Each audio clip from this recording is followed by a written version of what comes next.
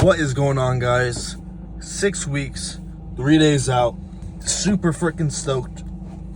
And another training day, another day to get better, another day to get towards that fucking goal.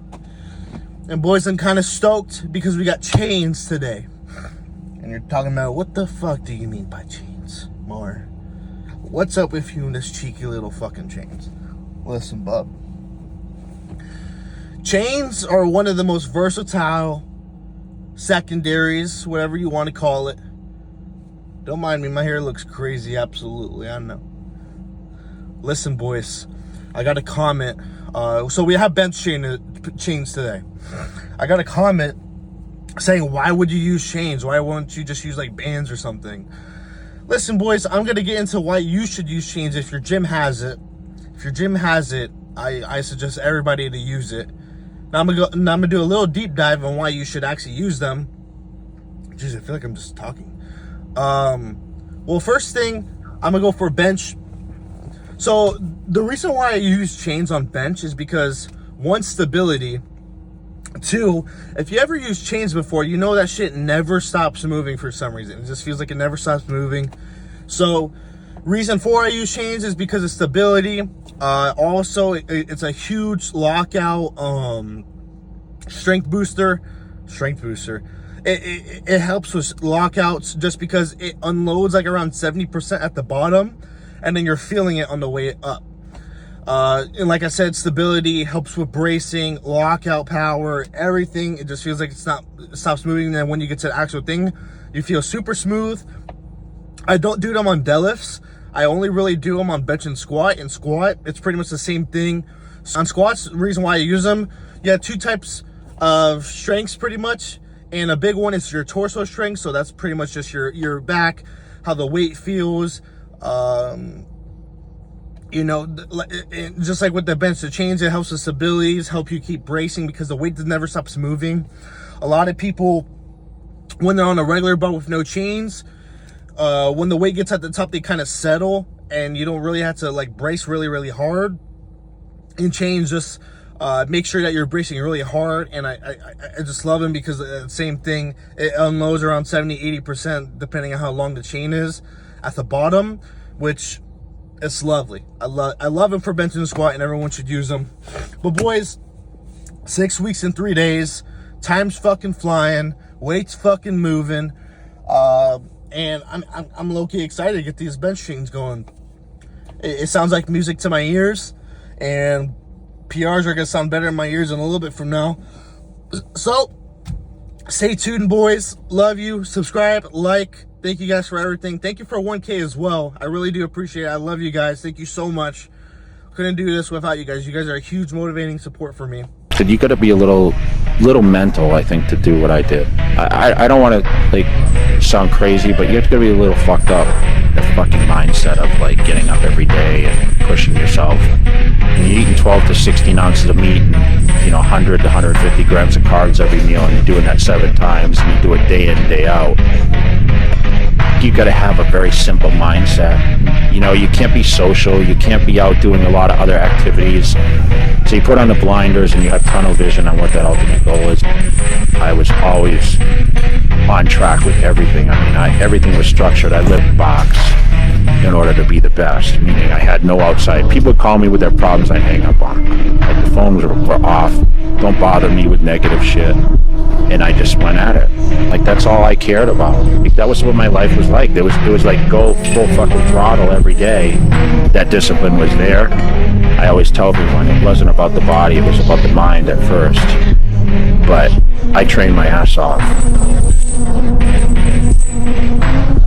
For me, I just love to train. Like that's what separated me from like most guys. There was times where I almost passed out training. I'm lunging with 225 on my back in the parking lot, and I remember just like, okay, no one else is doing this, so I'm gonna do it. And that was my mindset. That was how I like mind fucked everybody else. So I used to train in the middle of the night because no one else was doing it. There's some people like, man, is that the secret? Is that what Jay has to do? Is that what we have to do? And I did it almost to kind of like play mind games with the other guys. Only the crazy people come out this time. Cardio time. but I was also a beast. I was known as a so-called mass monster. I was also stubborn as hell, right? I was told I couldn't do this, I couldn't do that. I was told I wouldn't be a good pro. I was told I'd never turn pro, never win the Olympia, never win it more than once. After I lost it, they said that I'd come back and win it again. So I think a lot of that's a little ego too. I mean, you have to have a little ego to be able to do what I do and be great at it. You got to do what's your passion. Otherwise, you're never going to succeed at it. You're never going to stay with it. You're never going to commit to it, and you're never going to give your full ability towards that goal. I'll say this without arrogance. Jake Cutler's the greatest bodybuilder of all time. I never had a lot of self-doubt. People look at his arrogance, and I'm just so confident that maybe sometimes I come off as that, but I've been knocked out enough times and came back from it that I just never gave up, and I always believed in myself. And I mean, I was so disciplined, man. There was no bodybuilder on this fucking planet that was more disciplined than I was at that time. I felt like a fucking machine, man. Everything just clicked. Like I told you, I could do anything. I went in the gym and I trained with light weights, I trained with heavy weights. It didn't matter what I did. Everything just clicks. Ronnie's been here winning the show for the past, how many years, Ronnie? 6 years. But this is my town, my home, my place. It takes a lot of time, but I'm dedicated. And I was just so young and just, I was so, naive. I really didn't know much about anything. I really didn't know how to pose. I really didn't know anything, but I had the physique, I had the structure. And once I learned how to eat, and learned how to, train properly, and, I wanted to be the best. My dad was a pusher, man. I hated my dad a lot of times early in my life because he would just make me work and taught me to be a machine, And it really gave me the work ethic to be who I am as a bodybuilder, and to be relentless, and had to learn the value of working hard to achieve certain things. And I knew going into bodybuilding, it wasn't going to be easy.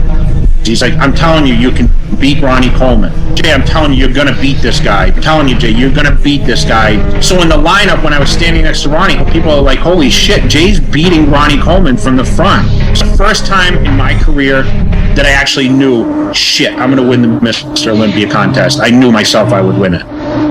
And I knew in 2006, I knew 100% I was going to win the Mr. Olympia in 2006. I had no doubt in my mind. But every year I watched Ronnie stand next to me, and before he fell on the ground and he cried, he was scared. He was scared. You'll see Ronnie Coleman mouthing some things to me, and Ronnie Coleman said, well, you beat me. He said, you won. And I didn't know what to say. I felt terrible.